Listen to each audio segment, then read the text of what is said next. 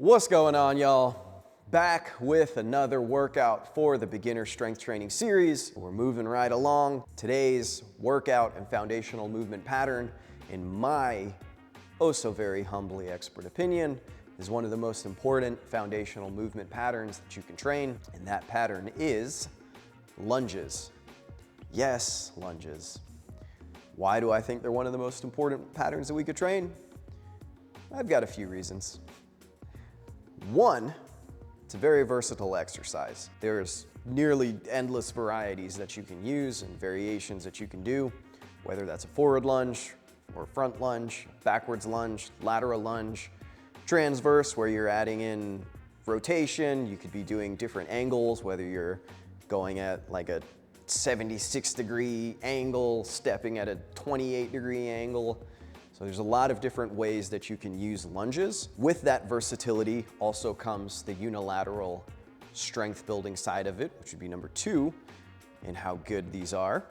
So you're building individual leg strength by doing these different types of lunges or traditional lunges. You're still building unilateral strength. So individual leg strength in each exercise as you do it, but you're biasing different muscles on both sides of your body. And then number three is it's a form of locomotion. Locomotion is another foundational movement pattern, which is essentially going from point A to point B using your body, whether that's walking, jumping, doing some type of crawling, lunging, forward lunging, backwards lunging, which is building that rhythm, coordination, and timing in your body to be able to move from point A to point B. Those would be some of the reasons why I think lunges are one of the most important foundational movement patterns we can train. And so we're going to carry on with the workout, starting with our warm-up as always, and then moving on to the strength training.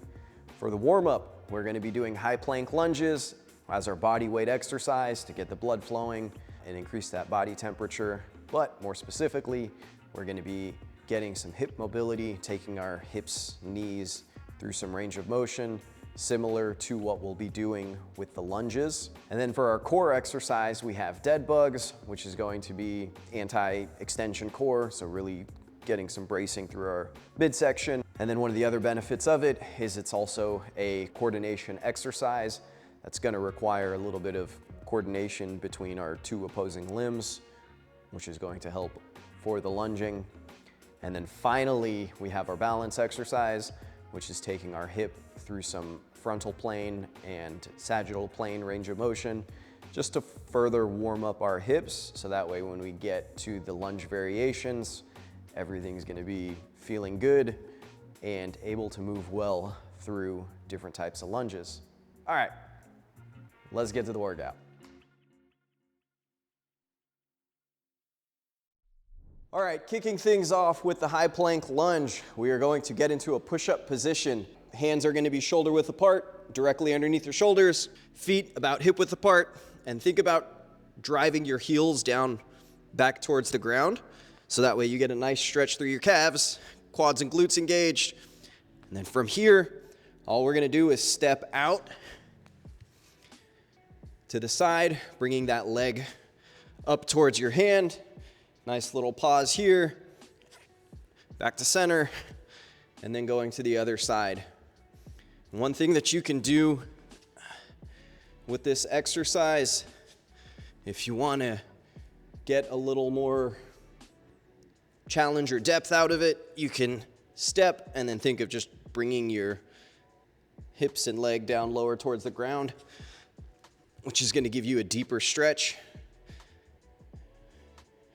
And then you can just pause here with that bigger stretch because you're getting a little more range of motion. Totally up to you. And one of the nice things about this exercise is there's a lot of variety that you can do with it, whether that's, dropping that leg down. If you want to get a little more stretch in your hip flexor, you can squeeze your glute on this side with the leg that's back. So squeeze that glute. You're going to feel that hip open up, give you a little more stretch through that hip flexor.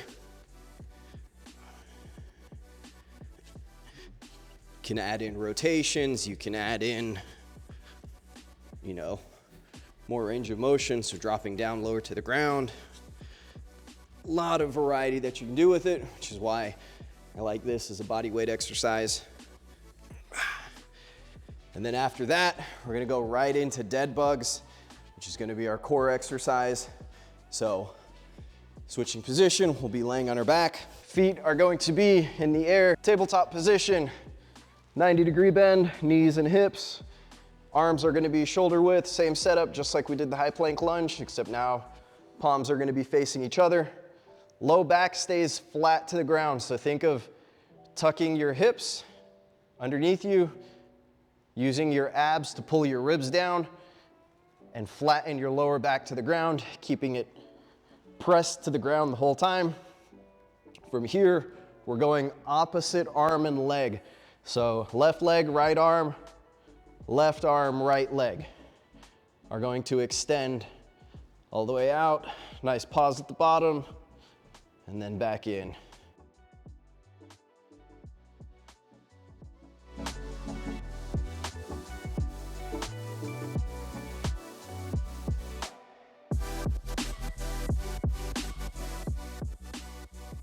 If you find that your back wants to arch and come up off the ground, you may need to adjust your positioning.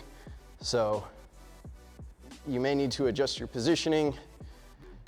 That means don't go as low if you feel that your back comes off of the ground, and that's as far as you can go before it starts to want to arch. Use that distance right there and then come in. You can always build the range of motion over time as you're building that control in using your abs and core to be able to brace and lock everything in. But the goal is keep that lower back flat to the ground, using your core, using your abs to pull your ribs down, hips tucked under to flatten out your lower back.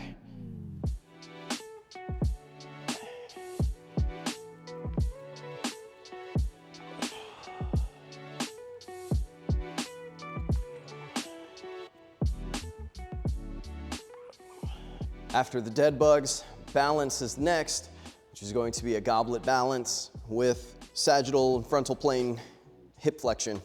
Our last exercise of the warm-up circuit is going to be our balance exercise. We need one heavy dumbbell for this. Just like all the balance exercises, line up that foot, so second and third toes lined up with the middle of the knee. Make the arch with your foot, so grabbing down with those toes, locking in place, quads engaged, glutes engaged. Dumbbell, we're gonna hold it at our chest.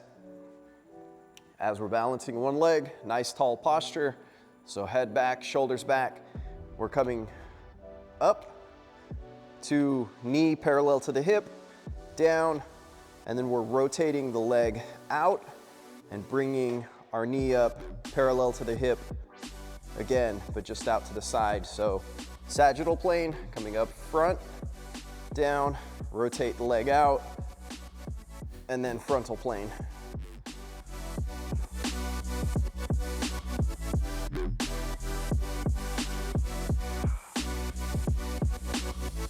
Nice pause at each position, trying to rotate your femur and leg out as far as you can go before coming up.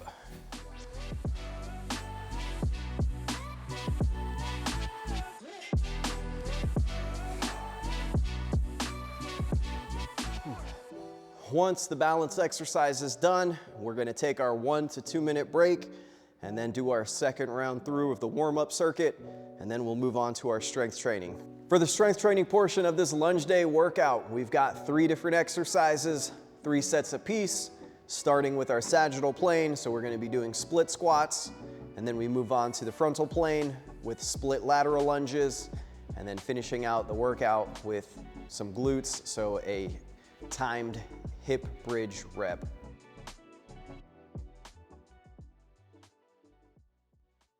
First up is going to be split squats. For this exercise, we need 2 dumbbells, and an optional piece of equipment is a yoga block, so that way your knee can rest on the block. Setting up for the exercise, back knee is going to be down on the ground or your yoga block or Eric's pad. Knee is gonna be directly underneath your hip. So knee right under the hip, glutes engaged with your front leg. Knee is going to be over your toes. And your stance, you wanna have a nice wide stance with your legs, so don't have your feet stacked. Have a wide base with your legs, so your feet are spread out, and that way you can push with your legs and have a more stable setup. Grab your dumbbells. Again, front leg, knees over the toes. Back leg, knee is under the hip. From here, you're just pushing with your legs, using your quads, your glutes to come stand up. And then we're gonna go 4 seconds lowering down. Think about spreading the ground with your feet as you do this. So when I'm standing up, my front leg, I'm sort of pushing my front foot into the ground at an angle like that. And then my back leg, I'm pushing with my toes and whole foot into the ground, kind of angling back like that. And all you do is just, the easiest way is think of dropping straight down, leading with this back knee to drop straight down as you bend, and lower with this front leg.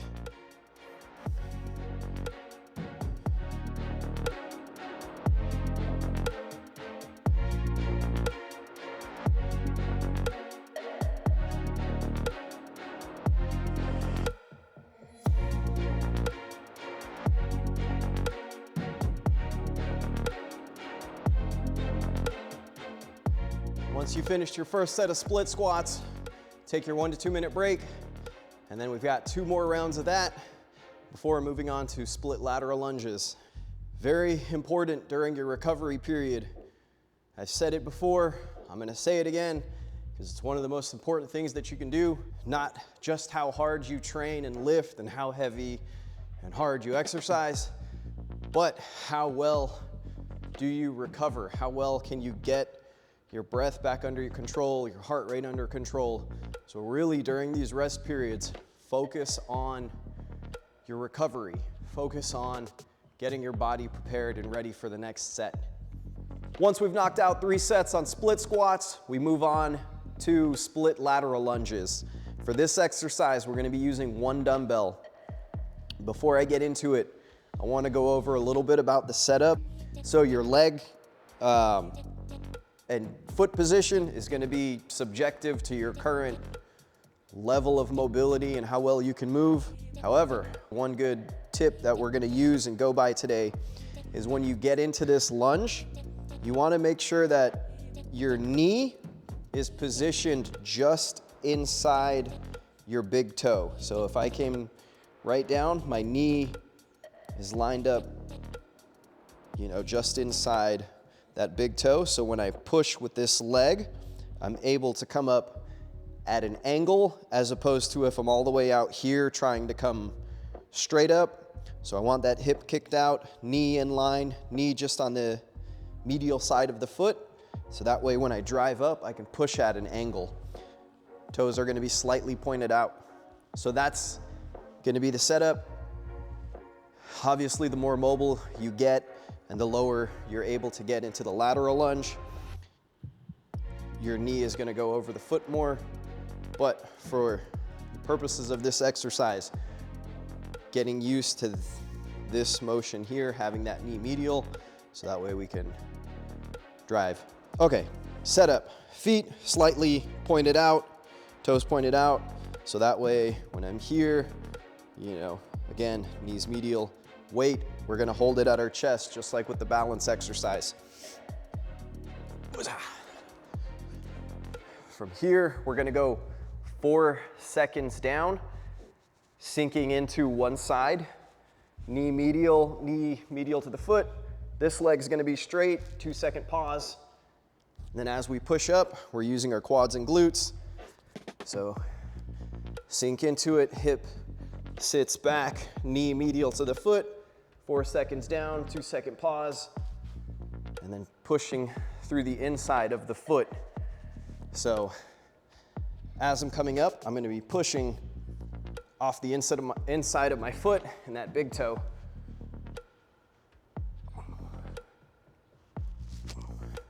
Firing the quads, glutes as I come up.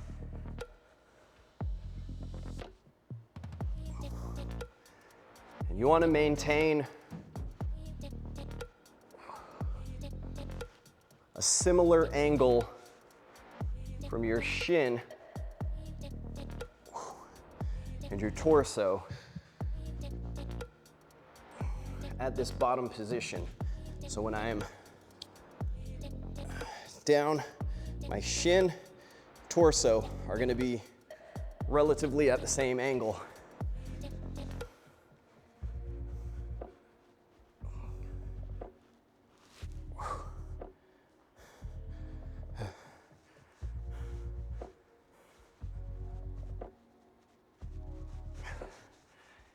And one thing,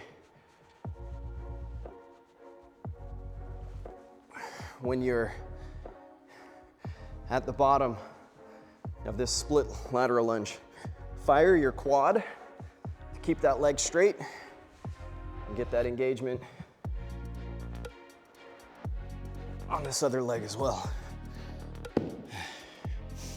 Set's done. Take your break. Again, I'm not gonna say it again. Don't be a mouth breather. Okay, I said it again. Focus on your breath. Get your breath right. Take your 1 to 2 minute rest. And then set number 2. Same thing again, set number 3, and then our last exercise. After knocking out 3 sets of split lateral lunges, time to move on to the last exercise, which is going to be a hip bridge with a twist. It's gonna be 1 single rep.